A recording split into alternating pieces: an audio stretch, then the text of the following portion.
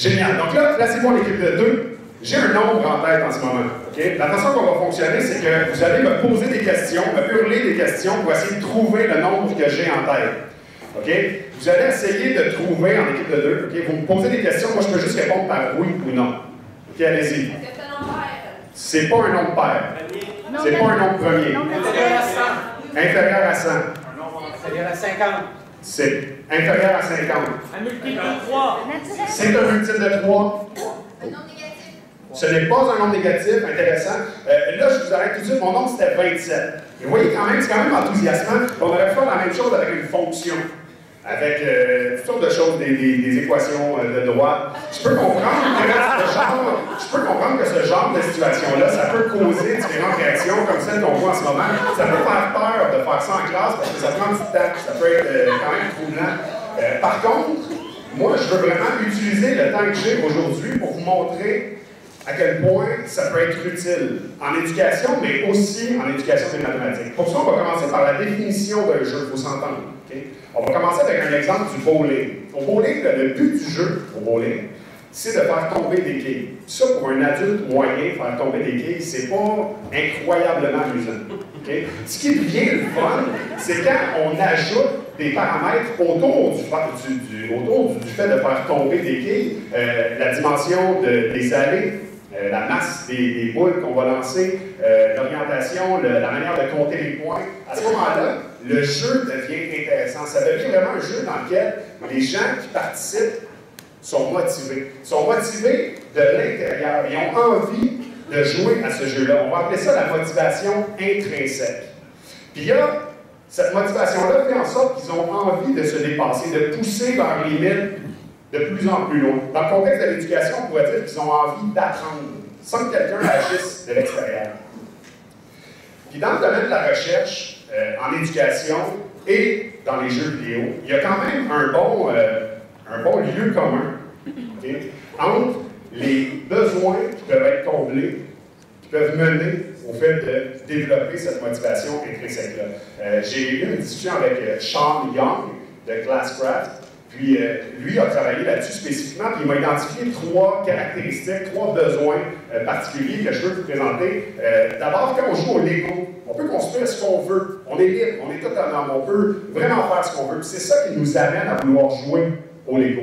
Quand on joue aux échecs, d'une partie à une autre, on s'améliore. On devient de plus en plus compétent. Quand on joue à des jeux de société, pas nécessairement le loup-garou, mais on socialise. Dans le contexte de l'éducation, Dan Finkel nous dit c'est simple. Au fond, le jeu pour les mathématiques, c'est exactement la même chose que plonger un élève dans la lecture pour apprendre le français. C'est pas direct, mais ça le motive parce qu'il y a une histoire, puis il va apprendre la grammaire à travers son aventure en lecture. Ce que je veux faire, c'est commencer par la compétence 3 jusqu'à la compétence 1 pour vous donner des exemples, des outils, vraiment là, concrètement voir des exemples de jeux. On va commencer par la compétence 3 avec un jeu que j'aime. J'aime tous les jeux que je vous présente, je les aime. Okay? Ce jeu-là, imaginez, là, les élèves sont placés en équipe de 2. Il y a un élève qui voit cette image-là, puis il faut qu'il la décrive le mieux possible à son comparse, qui doit, lui, reproduire le triangle le mieux possible. Dans ce cas-là, les cas de similitude, d'équivalence entre les triangles, deviennent des stratégies gagnantes pour limiter le nombre d'informations qu'on va donner à la personne avec laquelle on joue. Un autre exemple, peut-être mieux connu, Which One Doesn't Belong? Okay? Dans ce cas-là, l'objectif, c'est uniquement de retrouver quelle forme ou quelle image, quel élément présenté ne cadre pas dans le portrait. Je fais un clin d'œil ici à Jocelyn Dagenet, un autre, qui est l'intrus, qui est sa tentative de franconifier, de franciser cette initiative-là.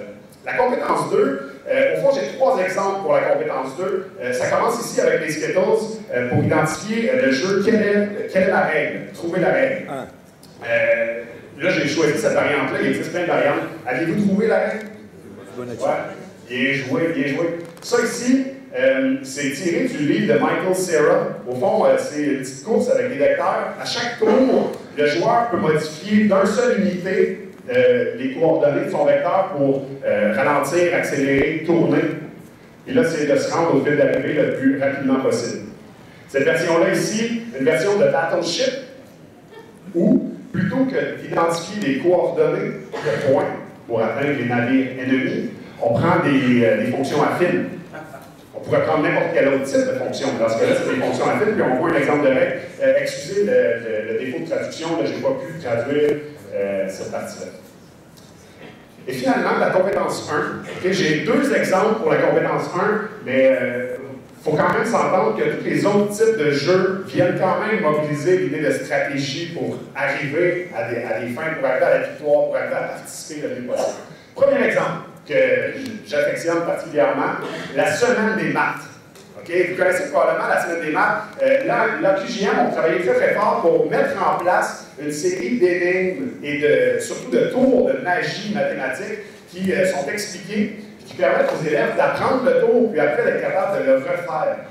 Dans tout ce processus-là d'expérience mathématique, l'élève est appelé à mobiliser vraiment la compétence à résoudre un problème.